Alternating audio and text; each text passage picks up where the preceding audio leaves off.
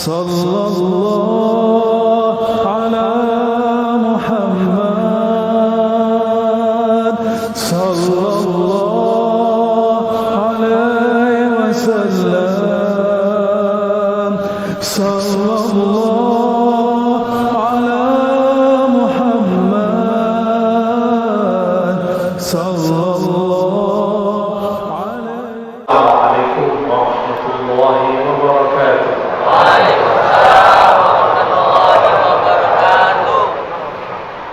الحمد لله بنعمته تتم الصالحات. أشهد أن لا إله إلا الله وأشهد أن محمدا عبده ورسوله.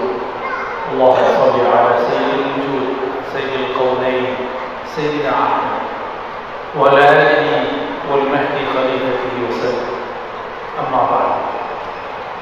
Para masyayikh, para hadirin, para hadirin hadirat yang tentu dimuliakan Allah. Tiadalah majlis yang lebih disukai malaikat kecuali dua majlis. Majlis zikrullah, membaca Al-Quran, dan yang kedua majlis ilmu. Dan malam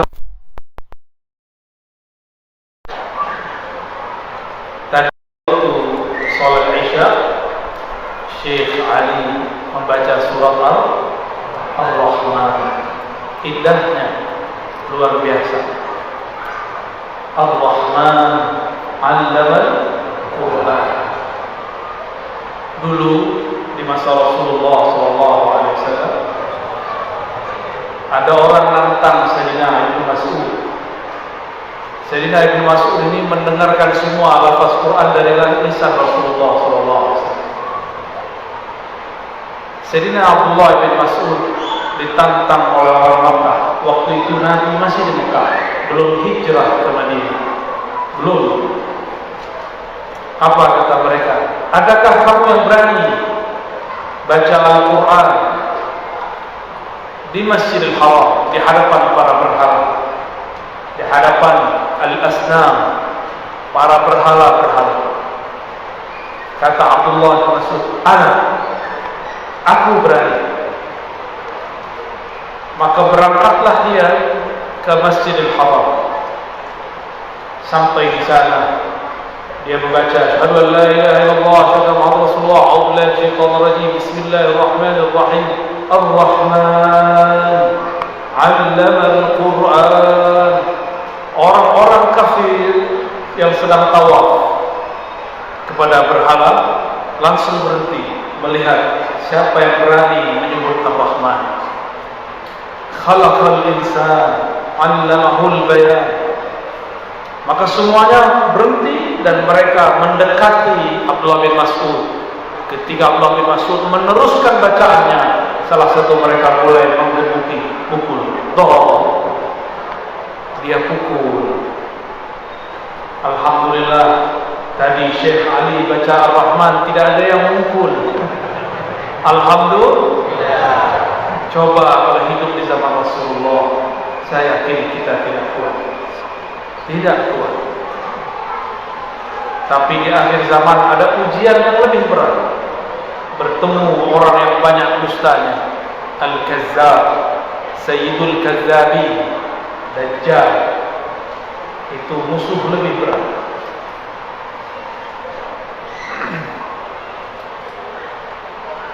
Ternyata Ar-Rahman,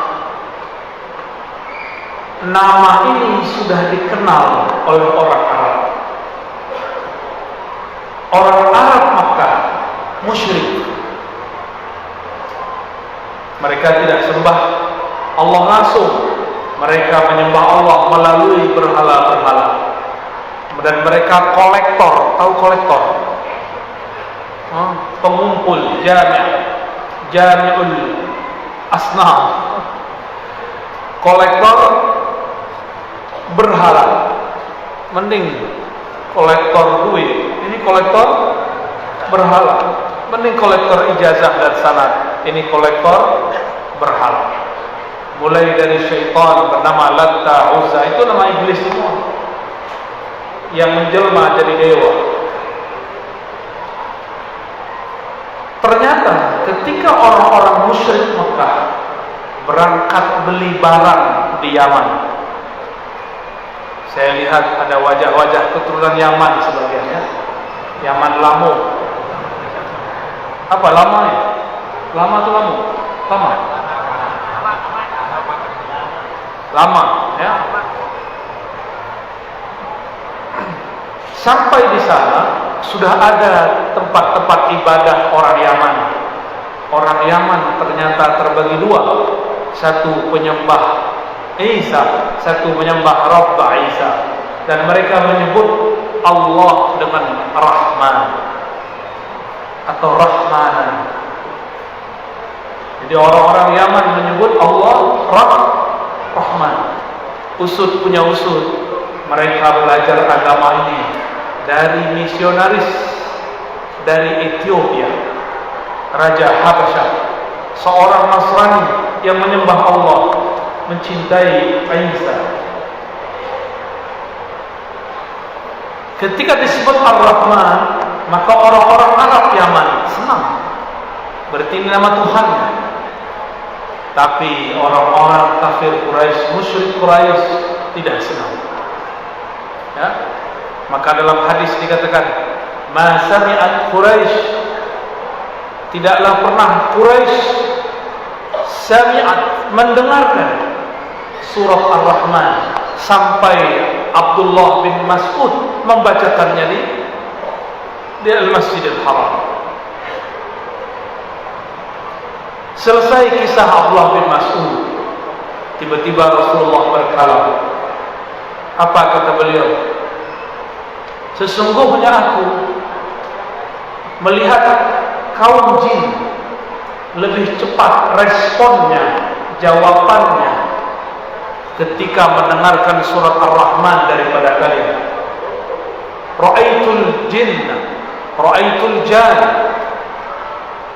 asra'u jawaban minkum, lebih cepat menjawab daripada kalian. Kalian ketika Allah bertanya, "Fa bi ayyi ala'i rabbikuma tukadziban?" Diam-diam aja kan? Diam ya? Nah, malam ini kita turunkan satu riwayat, satu ilmu. Kalau ada imam baca surah Ar-Rahman, setiap ayat itu dibaca, apa jawabannya? Ini diriwayatkan oleh Imamuna Abu Isa At-Tirmidzi, Imam Tirmidzi, murid Imam Al-Bukhari, kawan Imam Muslim. Apa kata Nabi? Ketika aku membaca ayat ini, "Fabi ayyi ala'i rabbikuma tukadziban," maka kaum jin menjawab. Apa jawabannya? "Ya Rabb, ma kazzabna bi ni'matika." Kami tidak mendustakan nikmat Engkau. Ya Rabb, kami tidak mendustai nikmat-nikmat Engkau. Kalau tidak bisa bahasa Arabnya, cukup baca di hati. Ya Allah, kami tidak mendustakan nikmat Engkau. Ya, nanti kalau Syekh Ali datang lagi baca Ar-Rahman, dalam hati baca Ya Allah, dalam hati, bukan dilafazkan. Ya, la tatalafaz, kecuali pakai bahasa Arab ya. Maka zabna ni'matak boleh ya, jamak boleh mufrad. Kami tidak akan mendustakan nikmat-nikmat Engkau. Ar-Rahman ini nama Allah yang berarti maha kasih sayang kepada semua makhluk. Apakah itu manusia, apakah dia beriman ataupun kafir, apakah dia hewan ataupun tumbuhan, apakah dia bebintangan ataupun pulau-pulau, gunung-gunung, semuanya dapat rahmannya Allah Subhanahu wa ta'ala. Jadi Rahman, kasih sayang Allah li jami'i khalqih, untuk semua makhluknya. Maka siapa saja yang menyayangi semua makhluk, dialah Abdur Rahman. Dialah Tapi sayang sekali, banyak orang sekarang beragama baru tahu 1-2 ayat, baru mengerti hadis kullu bid'atin dhalalah, sudah berani membenci guru, sudah berani membenci syekh, sudah berani membid'ahkan tuan-tuan syekh yang mereka sudah bertahun-tahun mengabdikan melayani umat. Sungguh sayang, sangat disayang. Kita pun kasihan dengan orang seperti itu. Kita tidak pernah benci. Jika antum menyaksikan saya mengkritisi satu kelompok, saksikan, saya tidak membenci mereka. Saya sayang kepada mereka. Kadang sayang itu bentuknya lembut. Kadang kalau kita melihat anak kita salah, kalau kita sayang, marahi dia. Rahman Rahman. Siapa yang hatinya sudah terisi nama Rahman, pasti dia sayang semua makhluk. Tapi hafiz Quran, bisa baca Quran, bencinya setengah mati kepada sesama orang Islam cuma karena beda paham, maka di qalbumu belum ada Rahman. Itulah yang dimaksud Rasulullah, la yujawiz, imannya tidak tembus, imannya tidak tembus. Dia baca Rahman, dia baca Rahim, tapi dia tidak pernah menyayai makhluk Allah. Malulah kepada Allah. Allah memulai setiap suratnya dengan Bismillahirrahmanirrahim. Tidak ada satu surat pun kecuali ada Rahman dan Rahim. Hatta surat Taubah, Allah masih sisipkan di ujung 2 ayat terakhir, wabil mu'minina raufur rahim. Bedanya, jika semua surat itu langsung Allah yang Rahman dan Rahim, sedangkan di At-Taubah Allah merahmati melalui kekasihnya Rasulullah SAW. Wabil mu'minin, yani Sayyidina Nabi SAW, raufur rahim. Inilah basmalah surat Taubah. Jadi ayat laqad ja'akum adalah basmalahnya surat Taubah. Oleh karena itu, guru kami dulu mengijazahkan, jika engkau mau umur panjang dan tahu kapan wafatmu, lazimkanlah baca laqad ja'akum 7 kali ba'da salat. Ya, mau amal?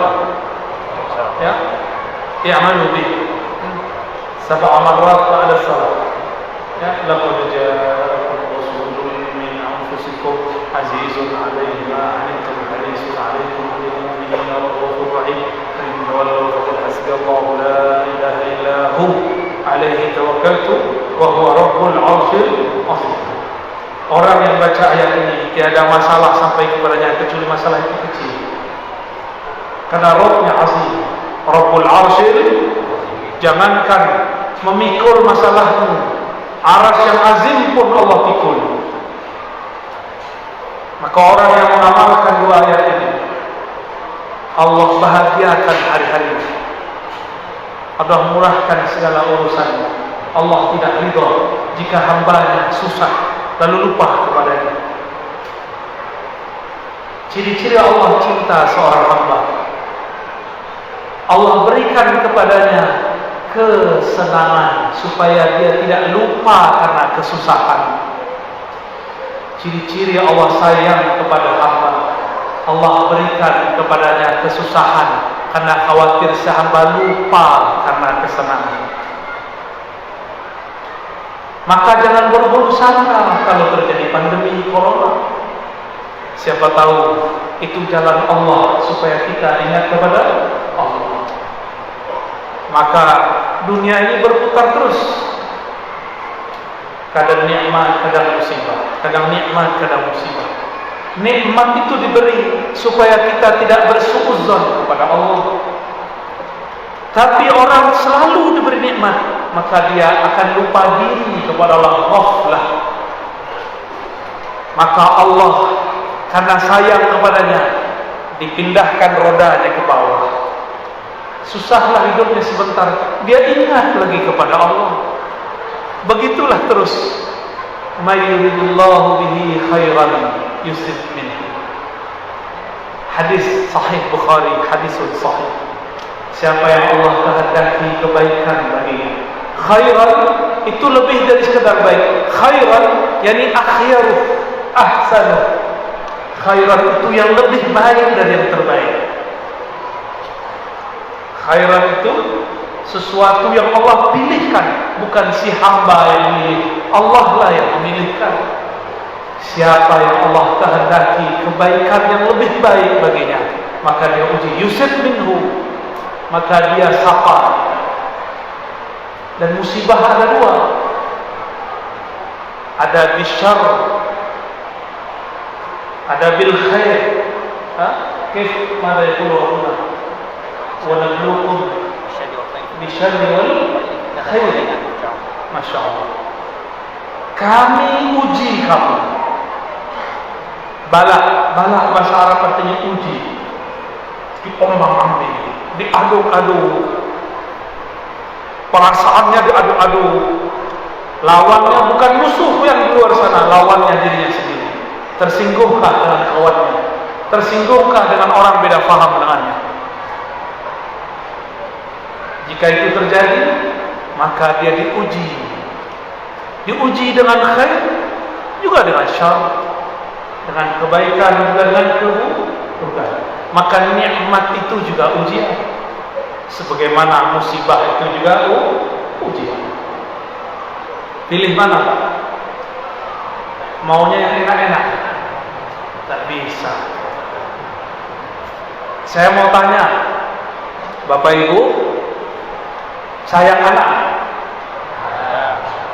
Sayang anak, mau gak anak tidak diuji? Maunya gitu ya? Maunya gitu.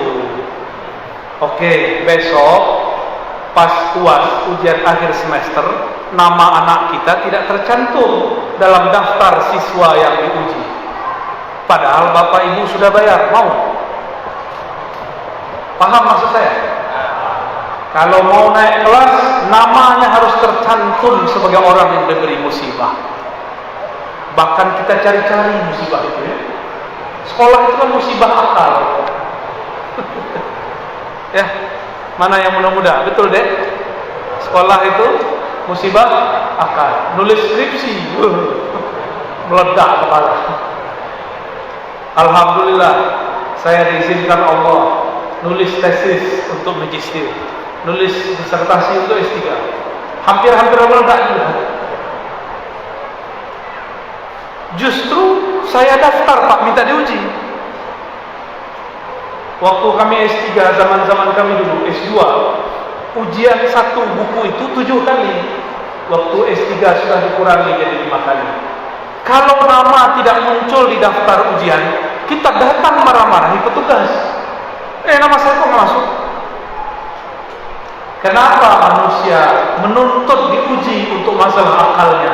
Karena dia tahu ujungnya dapat gelar doktor, LC, MA, sarjana alam gaib, SAG, SH, sarjana haul. Apa lagi? SM, sarjana mengaji Yasin. Apa lagi?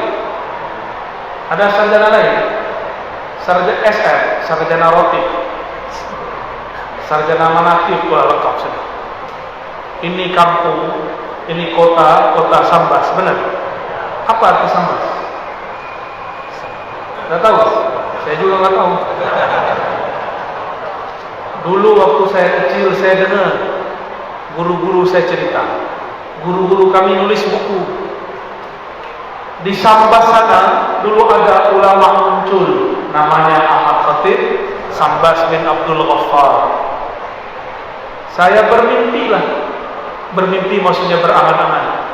Coba kalau nanti sudah dewasa, saya berkunjung ke kampung Sambas.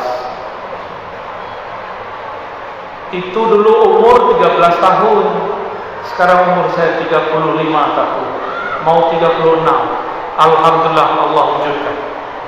Alhamdulillah tadi siang kita ziarah kepada ayahanda Syekh Ahmad Khatib Sambas, Syekh Abdul Ghaffar, qaddasallahu sirrah. Kami di Pulau Jawa, di Pulau Sumatera itu punya tarekat namanya Qadiriyah wal Naqsyabandiyah. Itu asalnya yang bawa orang sini, Syekh Ahmad Khatib Sambas. Masih ada orang Sambas beramal begitu? Benar. Kok wajahnya kurang bercahaya? Insya Allah masih bercahaya. Kadang-kadang ulama itu seperti mercusuar, kata orang. Terang di jauh sana, tapi di bawahnya tidak terang. Maka saya pun berniat pulang kampung tahun ini, ke kampung saya, minimal Ramadan, ingin membersamai ayahanda dan mengisi surau walaupun cuma 10 hari, beriktikaf bersuluh di surau, mengamalkan zikir-zikir yang dulu kita amalkan, yang diijazahkan masyayikh-masyayikh. Semoga di sini nanti ada lagi ya. Amin ya rabbal alamin. Syekh Ahmad Khatib Sambas pergi ke Makkah. Sampai di Makkah diremehkan banyak orang. Maklum, muka-muka Melayu, hidung mancung ke belakang. Ya kayak kita ini kan mancung ke belakang, kalau ini mancung ke samping. Akhirnya beliau ini karena wajahnya muda, orang Melayu, jenggotnya sedikit. Ini coba lihat jenggot. Padahal saya lebih tua 4 tahun daripada dia. So, saya lebih tua saya daripada Syekh Ali. Tapi jenggotnya, Masya Allah alaih. Dulu Syekh Ahmad Khatib Sambas, jenggotnya seperti saya, bahkan kurang. Umur 19 tahun jenggot belum ada. Paling seperti tusuk sate. Ya, kayak antum ini, kayak gini. Padahal umur sudah 91 ya.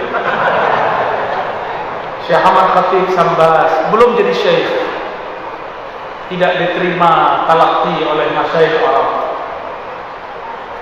Terdengarlah kisah itu oleh ulama Patani, ulama Melayu dari Thailand Patani, namanya Syekh Daud Fatani, murid dari Syekh Muhammad Arsyad Al-Bajjali, murid dari Syekh Abdul Samad Al-Falibani, sekawan dengan Syekh Nawawi Al-Bantani. Maka dipanggillah Syekh Ahmad Khatib, kau belajar di sini, saya turun. Maka diajarlah ilmu syariat, ilmu fiqh, ilmu usul fiqh, ilmu qiraat, semua diajar. Aqidah sifat 20, aqidah Asy'ariyah Maturidiyah, mazhab Syafi'i. Setelah matang dua ilmu ini, Syekh Daud mengatakan, saya hantarkan engkau kepada guru yang cocok untukmu, namanya Syekh Syamsuddin Al-Qadiri Al-Makki. Diantarkan kepada Syekh Syamsuddin, mursyid tariqah Al-Qadiriyah di Makkah. Ditalqinkanlah zikir keras, la ilaha illallah. Dengan itu wusullah, sampailah kesadaran ma'rifat Syekh Ahmad Khatib Sambas kepada Allah. Diijazahkanlah ia, dan kita tidak mendapatkan sanad selain sanad Syekh Ahmad Khatib Sambas yang menyebutkan dari Syekh Syamsuddin. Berarti murid Syekh Syamsuddin yang bertahan ilmunya cuma Syekh Ahmad Khatib Sambas. Orang tapi orang Sambas meremehkan zikir ini. Ya, saya dengar-dengar sudah mulai ada yang membid'ahkan. Dia lupa, kata dia di Mekah tidak ada orang zikir-zikir begitu. La ilaha illallah. Ya salam ya akhi. Dulu ilmu ini diambil dari Mekah. Ente datang ke Mekah zaman now. Zaman now Mekah dikuasai Al-Wahabiyah. Saudara kita, masih saudara kita, jangan benci. Wahabiyah ini sangat keras. Mereka tidak bermazhab. Mereka anti mazhab dan menganggap sufi-sufi penyembah kubur, musyrik, khurafat. Kebetulan ini mantan. Dia lebih lama mantannya daripada saya. Ya. Jadi dia tanya sama saya, ya, kamu dulu kalau dengar sufi gimana? Sufi musyrik, saya bilang gitu. Oh sama. Pos dulu. Sama-sama mantan. Jadi kami itu kalau melihat ada orang dulu pergi ziarah-ziarah kubur, Ubadul kubur, penyembah kubur. Su'zon. Ada nggak orang sambas sujud ke kubur? Ada. Orang sambas ke kubur mendoakan ahli kubur, bukan minta ke kubur, ya? Betul? Kita tawassul tidak minta kepada wali, kita tetap minta kepada Allah. Kenapa sebut wali? Karena kita bersanad kepada wali. Laulal murabbi ma'araftu rabbi. Kalau tidak ada guru mursyid murabbi, kita tidak kenal Rabb Allah Subhanahu wa ta'ala. La yashkurullah, la yashkur, tidak bersyukur kepada Allah. Malam yashkurin nas, yang tidak berterima kasih kepada manusia. Dan dua golongan manusia yang paling berhak kita berterima kasih. Satu, walidna, orang tua kita di sini. Yang kedua, murabbi ruhina, guru kita. Orang tua doa, ya Allah mudahkan rezeki anakku. Orang tua. Tapi kalau guru berdoa, ya Allah mudahkan rezeki muridku, mudahkan urusan dunianya, selamatkan dia sampai akhirat. Lebih sayang guru atau orang tua? Guru tiap hari doakan murid supaya selamat dunia akhirat. Orang tua paling cuma mendoakan selamat di dunia. Maka beruntunglah orang tua yang mendoakan keselamatan anak dunia akhirat. Maka Bapak Ibu, malam ini mulai kita ganti doa kita sebagai orang tua. Doakan anak, ya Allah selamatkan anak-anakku, saudara-saudaraku, dunia dan akhirat. Mudah tuh? Susah nggak? Mukmin yang dicinta Allah, mukmin yang mendoakan saudaranya. Maka disebut dalam hadis Muslim, doa paling mustajab, doaul muslim li akhi, doaul mukmin li akhi, doa seorang mukmin kepada saudaranya. Dan yang paling banyak mendoakan saudaranya adalah Rasulullah SAW. Lalu pewaris-pewaris Rasulullah SAW. Itulah sebabnya kenapa guru-guru mursyid diberkahi Allah, karena dia sayang kepada makhluk, dia mendoakan semua makhluk. Ya, guru-guru itu susah hatinya kalau melihat muridnya susah. Tapi apalah daya, dia pun hidup tidak begitu enak, tidak begitu sempurna. Maka Bapak Ibu saudara Allah, mengingat sejarah yang sangat mahal, mari bangkitkan kembali semangat rohani yang dulu dihidupkan oleh Syekh Ahmad Khatib Sambas. Dulu beliau pulang, ketemu Belanda balik. Sekarang nggak ketemu Belanda, nggak ada yang melarang zikrullah. Tanya sahabat saya ini, di Indonesia lah tempat paling bebas ngajar ulama. Sahih? Indonesia baladna hada biladku sah lidawah wa ta'lim. Di Mesir buat majelis begini datang askar. Mana izin? Sijil. Hatta leom sampai sekarang. Apalagi pandemi, dah ada izin, Pak. Fabi ayyi ala'i rabbikuma, nikmat apa lagi yang kamu tidak syukuri? Mulailah mendoakan ulama dan umara. Maka di khutbah-khutbah saya mengajak semua ulama, kritik silakan, tapi doakan mereka. Sepakat?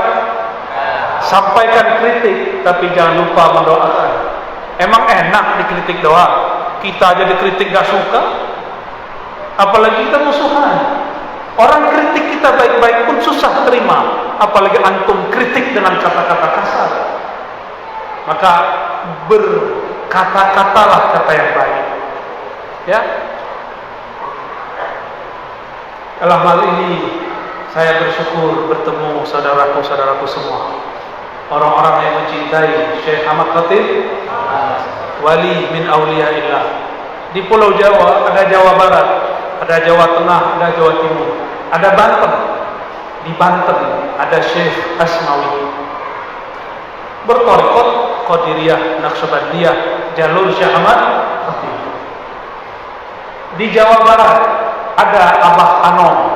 Abah Anom itu bahasa Melayu Syekh Muda.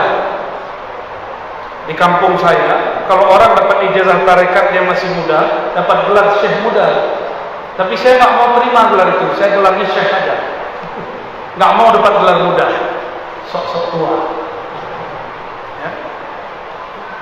Dan alhamdulillah guru saya tidak bilang kamu tidak Syekh Muda, kamu Syekh. Dulu waktu masih umur 27 tahun diijazahkan Thariqah Naqsyabandiyah oleh guru.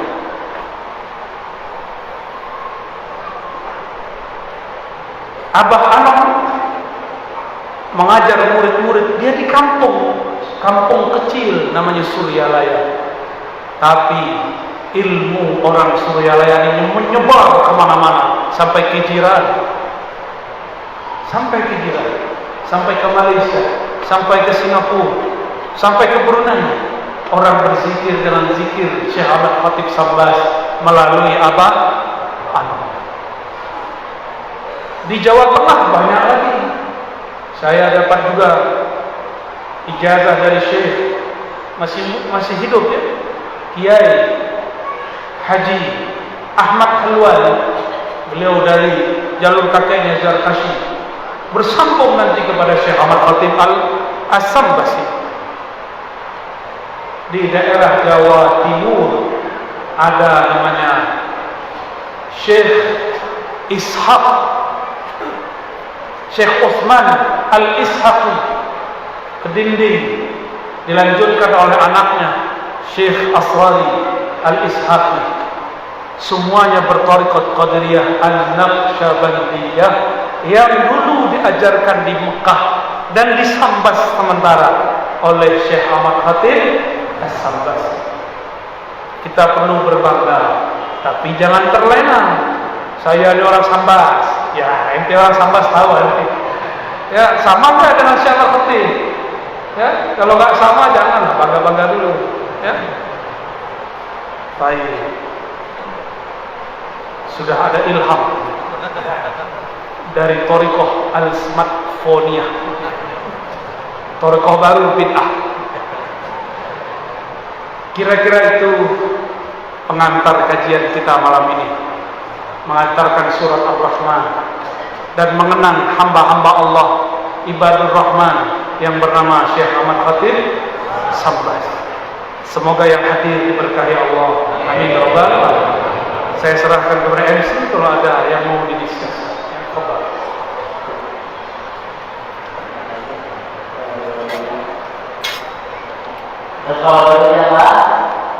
Allahumma shalli ala sayyidina Muhammad.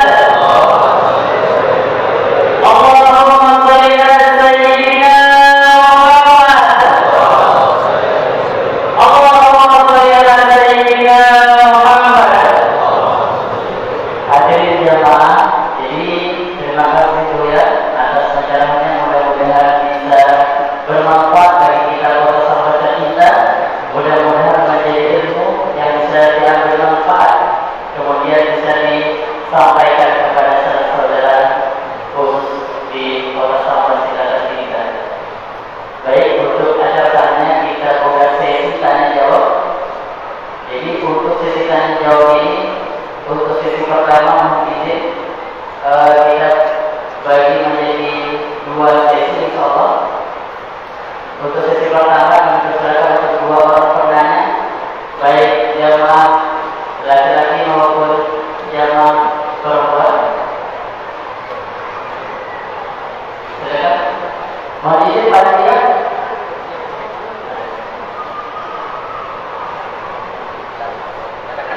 Alhamdulillah, silakan. Fadhil.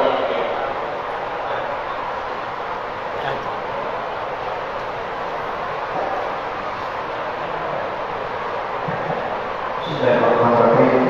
Assalamualaikum warahmatullahi wabarakatuh. Allahumma shalli ala sayyidina Muhammad wa ala ali sayyidina Muhammad. Mohon pertanyaan ya mengenai mursyid. Bagaimana cara kita untuk mengetahui bahwa seseorang itu adalah mursyid dan bagaimana sikap kita kepada beliau, karena di dalam sejarah ini banyak pemahaman-pemahaman yang memang berbeda, dan untuk mencari mursyid itu memang sudah susah ya. Sudah seperti dahulu. Dan bagaimana Baik. contoh mursyid yang sebenarnya itu. Baik. Assalamualaikum warahmatullahi wabarakatuh. Langsung jawab ya. Cara cari mursyid. Mursyid itu ada dua. Ada mursyid kolektor sanad. Ada mursyid wali Allah. Kolektor rahmatullah. Kolektor pengumpul ma'rifatullah. Kalau mursyid pengumpul ijazah banyak hari ini. Dapat sanad tarekat ijazah tarekat banyak hari ini. Tapi mursyid ruhani yang musul ila hadratillah tabaraka wa taala, nah itu sangat-sangat jarang. Maka bagaimana cara menemukan mursyid? Pertama istikharah, kedua musyawarah, ketiga isyarah. Min sa'adatil mar'i ay yastakhira ila Allah fi amri. Rawahu Ahmad wa kadzalika rawahu Tirmizi bilafzi. Ciri-ciri orang sukses, bahagia, selamat, beruntung, dia mulai berguru, bekerja, apapun itu dengan istikharah. Jangan istri dulu baru farah. Jadi jangan cuma mau menikah istikharah, berguru pun istikharah. Istri teman tidur, teman makan, teman hidup, tapi enggak teman mati. Dia mati, kita masih hidup, atau kita mati, dia hidup. Satu hidup, satu mati. Katanya sehidup. Tapi kalau guru kita bawa ilmunya sampai ke alam barzakh, kita bawa sampai kepada mahsyar, ke mizan, sampai sana ke sirat. Jadi pertama apa? Sudah musyawarah, minta nasihat kepada ulama. Ulama yang mengerti tasawuf. Jangan seperti di YouTube itu nanya tasawuf sufi kepada pembenci sufi. Apa kata dia? Sufi zindiq. Ya salah. Jadi kalau bertanya kepada ahlinya, antum sakit jantung, datang ke dokter mana? Ke dokter umum. Bahlul ya. Sakit paru, datang ke dokter jantung. Lebih bahlul lagi. Kenapa orang-orang dalam beragama tidak sepintar ketika dia sakit badannya? Jika sakit rohani qalbu, datang ke ahli qalbu. Tanya kepada ulama yang mengerti qalbu. Jangan ulama yang tidak mengerti qalbu, yang hatinya kelabu dengan kebencian. Kelabu dengan dosa Allah ampuni, tapi kelabu dengan kebencian Allah tidak ampuni. Semua kita ada kelabu syahwat. Di qalbu ini ada belenggu syahwat. Allah ampuni. Kita naik turun iman kita karena syahwat. Allah ampuni. Tapi kalau di dalam qalbu antum ada kebencian, suudzon, Allah sulit mengampuni. Ya. Dan yang ketiga isyarah.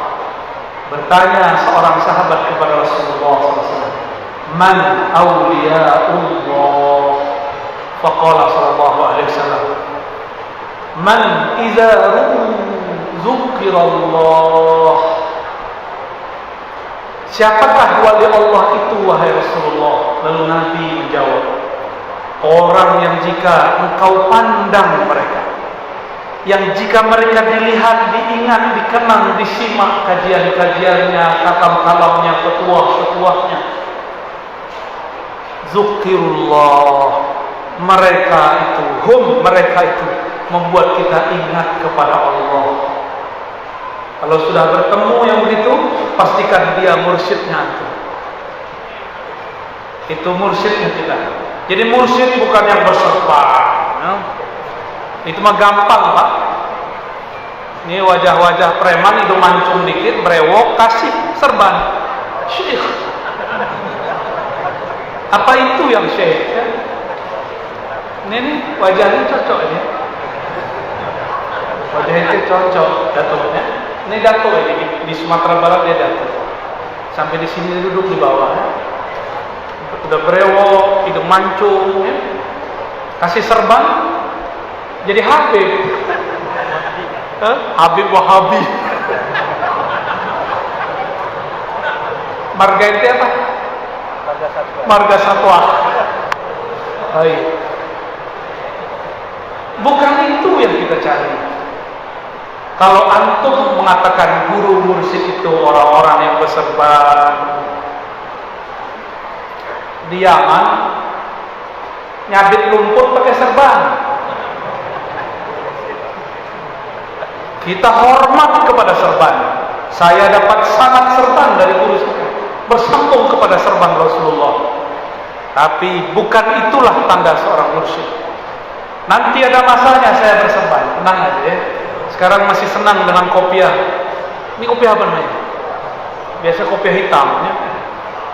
Karena saya masih merasa kolbu saya hitam, belum pantas pakai serban yang putih.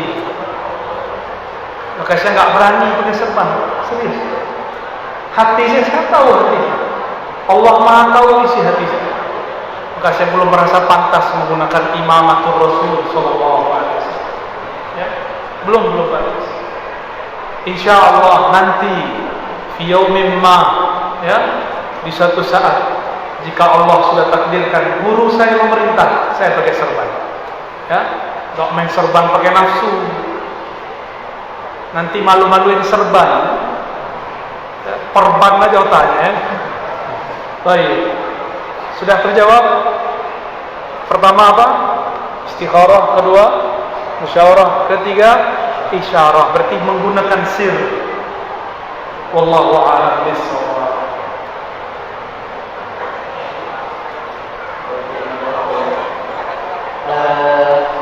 Jadi untuk pertanyaan yang kedua kami beri kesempatan kepada jemaah ibu-ibu, ya kan?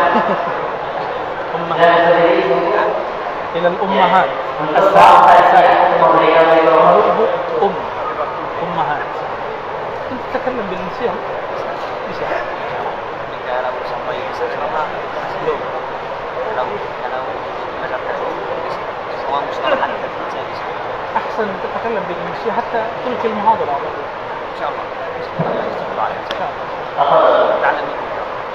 تتعلم من زوجتين.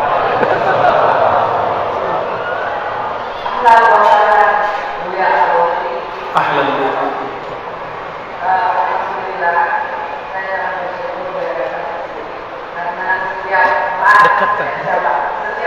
Dekatkan. Mohon mikrofon dan yang saya tanyakan apabila ketika itu nama Ar-Razi, Abuya Ar-Razi yang terbaik adalah wajah Abuya. Nah, setiap saya mau sholat, ketika mengingat Allah, saya itu mau ingat Allah, sekarang saya kosong, jadi saya mau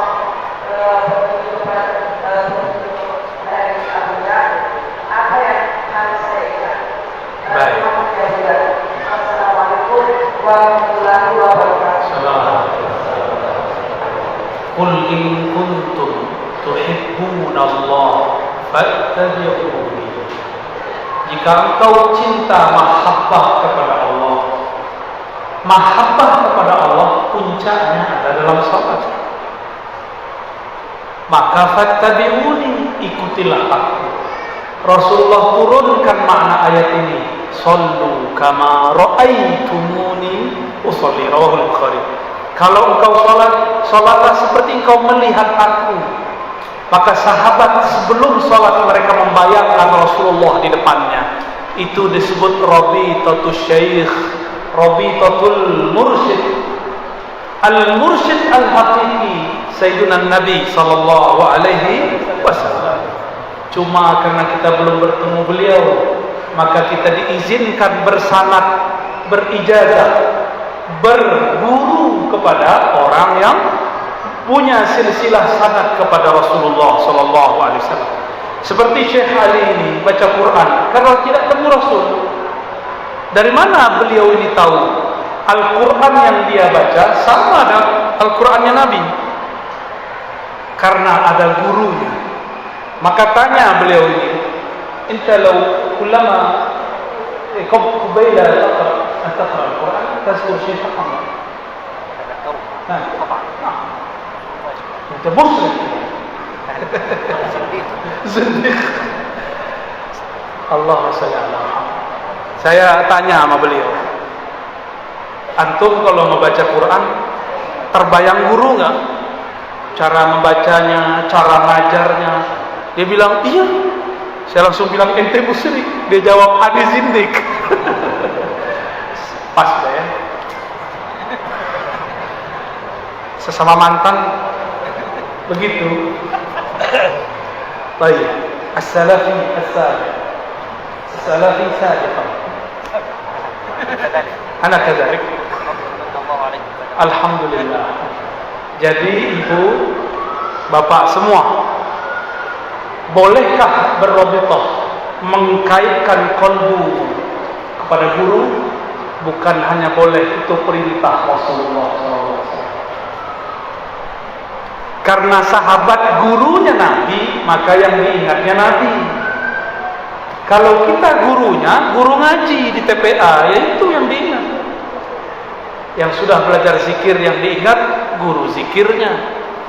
Yang punya gurunya wali, ingatlah gurunya wali sebelum berzikir. Bukan saat berzikir. Apa yang diingat? Kalau ingat guru, pasti ingat tekniknya guru, ajarannya guru. Maka mengingat guru bagian daripada mahabbatur Rasul. Man ahabba syuyukh ahabba Rasul sallallahu alaihi wasallam. Siapa yang cinta guru-guru, mursyid-mursyid, syekh-syekh, kiai-kiai, maka dia telah mencintai Rasulullah sallallahu alaihi wasallam. Tentunya guru bersanad. Jadi itu boleh, namun sebelum sholat atau sebelum bergerak, sebelum ruku, teringat cara rukunya. Di dalam sholat pun masih boleh, tapi teringat gerakannya, teringat zikirnya. Itulah makna sallu kama ra'aitumuni usalli. Ahli fiqih melihat Nabi salat, keluarlah arkan wa syurut, rukun dan syarat, semuanya amal zahir. Ahlu at-turuq sufiyah, ahlul ma'arif al-ilahiyah, orang-orang ahli ma'rifat melihat Nabi salat, maka yang terlihat oleh mereka kondisi rohani Nabi saat salat. Itulah Sayyidina Ali, Sayyidina Abu Bakar, Sayyidina Umar, Sayyidina Utsman, Sayyidina Talha, Sayyidina Abu Mas'ud, sahabat-sahabat. Mereka sebelum sholat teringat bagaimana Nabi nangis, teringat Nabi ngangkat tangannya bagaimana. Bukan lihat buku Sahih Bukhari, ya. Kalau lihat buku bisa sholat gak? Buku bisa sholat? Maka sholat yang sah bukan membaca buku. Sholat yang sah mengikuti gerakan guru. Gurulah periwayat fi'il Nabi. Oleh karena itu, meskipun Imam Bukhari sudah wafat meriwayatkan hadis, yang selesai itu riwayat qauli.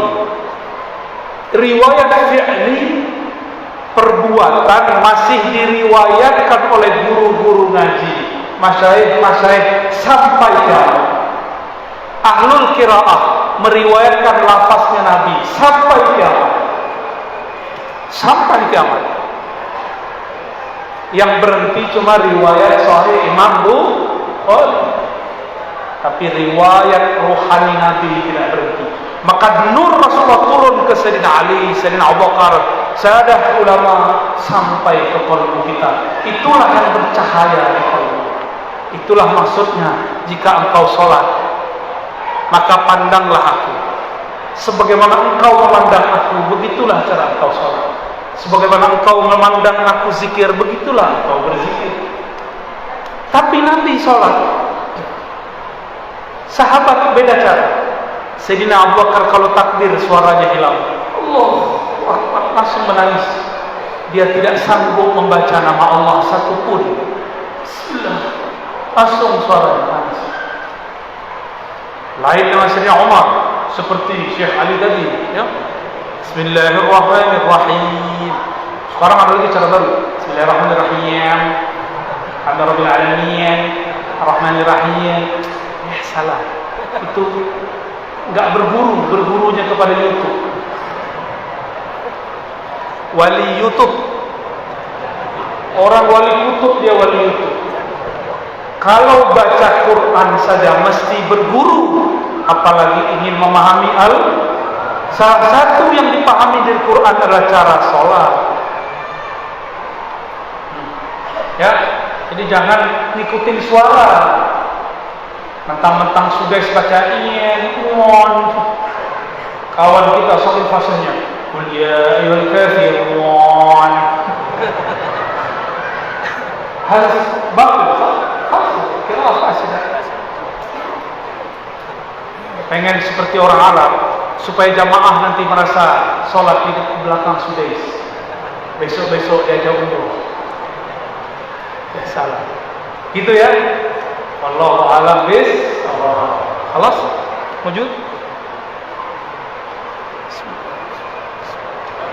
Kita buka sesi yang kedua. Kami beri kesempatan untuk Ya, yang dari tadinya tadi.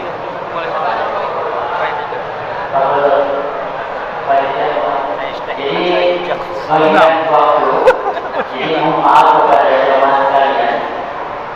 Nanti mudah-mudahan doa bersama.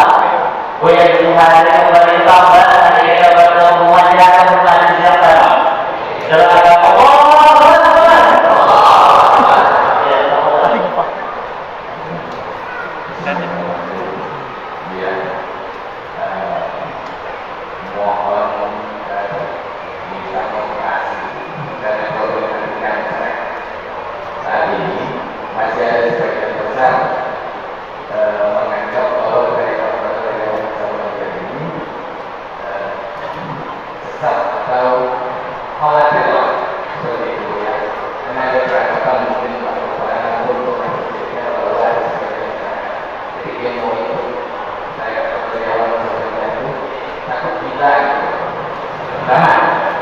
kedua, saya kasih ya untuk memberi motivasi masyarakat supaya yang belum tahu mereka, karena godaan waktu tapi itu ya, saya lebih saya sendiri ya, jika dia tenang itu ya, berselalu mau maju, takut, seperti itu ya. Namanya ketiga terakhir, mudah-mudahan kalau besok program yang datang Buya dan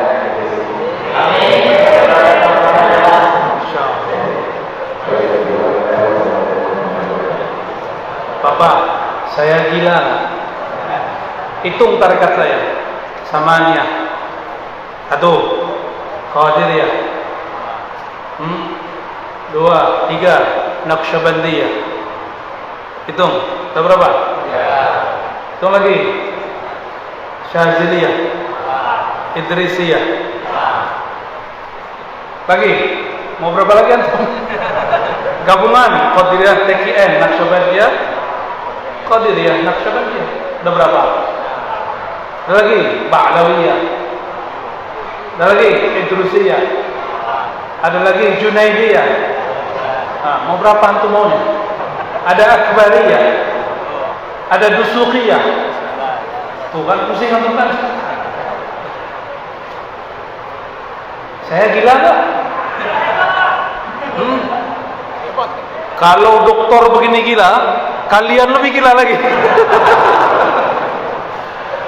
Ya, itu mungkin dulu ada kasus, Pak. Ada kasus orang gila belajar thariqat tambah gila. Orang berhati bening belajar thariqat tambah bening. Orang cerdas belajar thariqat tambah cerdas. Ahli Quran belajar tasawuf tambah ikhlas. Murid saya ada dulu takut talqin zikir. gak mau belajar thariqah. Dia hafiz Quran. Hafiz Quran berapa juz? Kirain ada 31 kalau disambas. Dia bisa khatam sehari 40 kali. Saya nggak bisa pikir.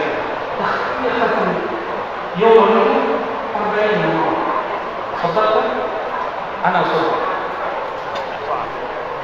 Anak usul. Tilmis, saya punya murid.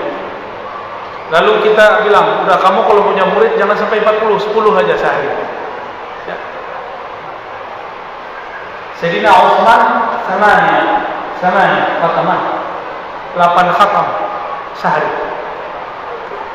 Ini dia coba 40, nggak tahu sehari atau 10 hari sudah.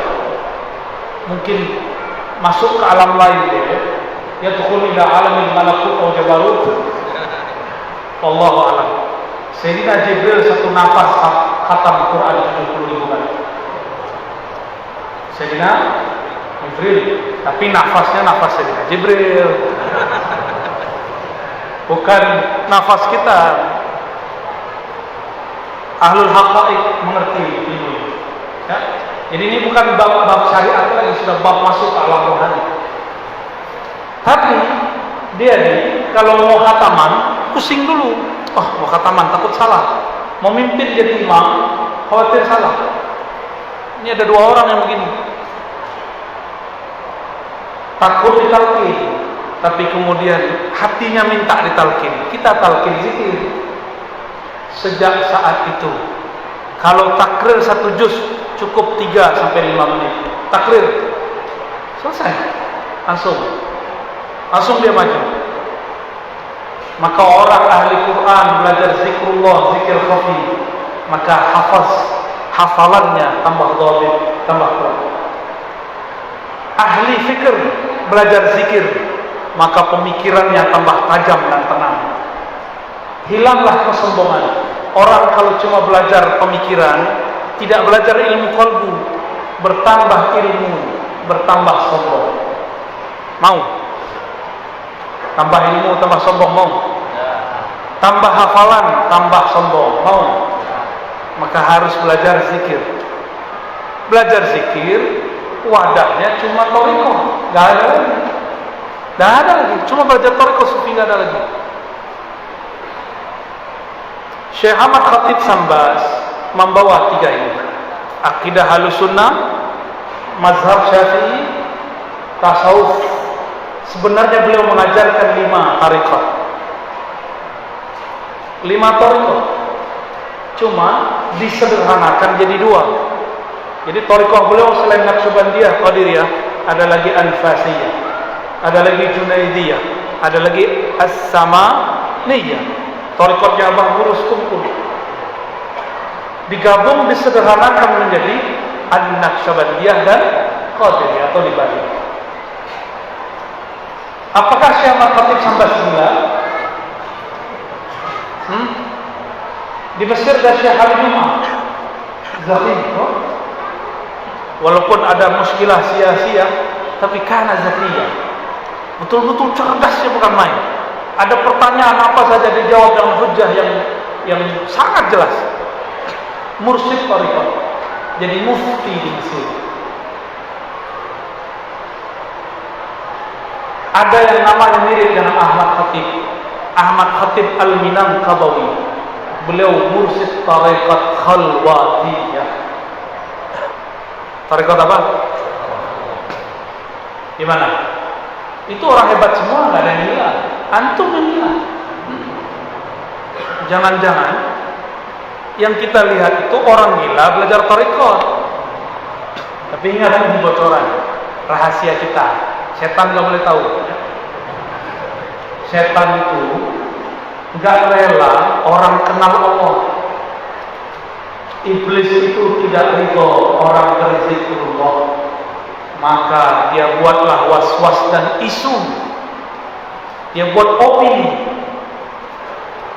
isya'ah, opini, isu bahwa bertasawuf itu junun, bertasawuf itu gila, supaya orang-orang yang separuh-separuh gila takut belajar tasawuf.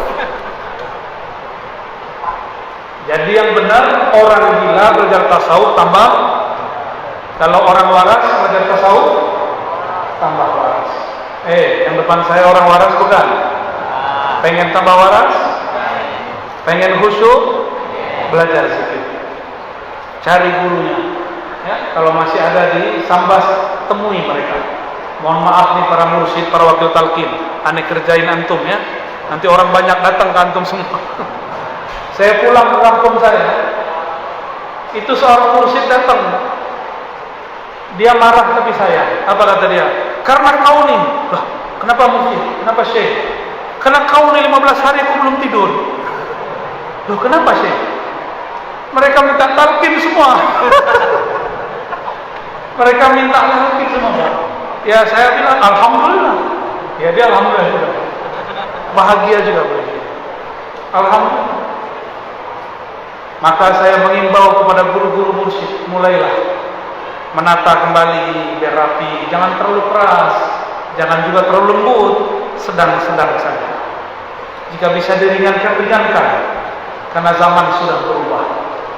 Orang sekarang sudah bertorikot baru, torikot smartphone ini, torikot baru. Haram bid'ah pakai tasbih subhan, tapi tidak bid'ah pakai ya. Begitu? Baik, cukup ya? Udah lagi? Kelas ya?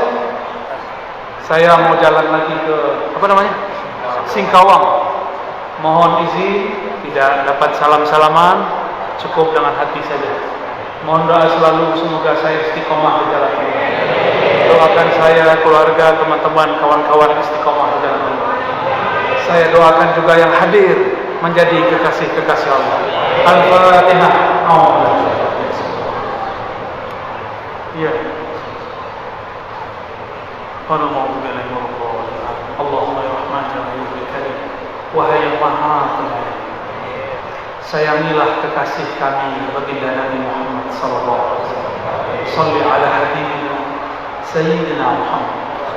Allahumma balligh salamana wa tahiyyatana ila sayyidina Nabi sallallahu alaihi wasallam. Ya Allah, sampai dua salam rindu kami kepada baginda Nabi Muhammad SAW. Ya Allah, kalbu kami penuh dosa, kalbu kami penuh dengan noda dosa, kalbu kami di dalamnya ada zulumat, kegelapan-kegelapan, ada kejahilan-kejahilan. Engkaulah yang meneranginya, ya Allah, ya Nur, ya man huwa nurun ala nur. Wahai pemilik cahaya, wahai yang menerangi alam semesta, terangilah alam kalbu kami dengan nur mengenal Engkau, nur ma'rifat kepada Engkau, nur zikrullah, menyebut-nyebut nama. Ya Allah, saksikan malam ini kami mengakui semua dosa-dosa kami, semua masa lalu kami yang penuh dengan maksiat, semua masa lalu kami yang penuh dengan kegelapan, semua masa lalu kami dengan penuh kebanggaan. Hanya Engkaulah ya Allah yang dapat mengampuni. Meskipun dosa kami sepenuh langit dan bumi, ya Allah, ampunan Engkau memenuhi arasmu, ya Allah. Maka birahmatika ya Rabb, faghfir lana wa li jami'il hadirin wal hadirat. Dengan rahmat Engkau yang maha luas, ya Allah, sayangi semua yang hadir, baik yang laki-laki ataupun perempuan. Allahumma ya Rahman ya Rahim ya Karim, birahmaniyatik Fakhtimna bihusnil khatimah. Ya Allah, dengan kasih sayang Engkau, ya Allah, maka hidupkan kami dengan nama-Mu, dengan mengenal Engkau, dan wafatkan kami dengan menyebut nama-Mu, dengan mengenal Engkau. Amin ya rabbal alamin. Rabbana atina fid dunya hasanah wa fil akhirati hasanah wa qina adzabannar. Bijahil Nabi sallallahu alaihi wasallam. Alhamdulillahi rabbil alamin. Mohon izin. Assalamualaikum warahmatullahi wabarakatuh. صلى الله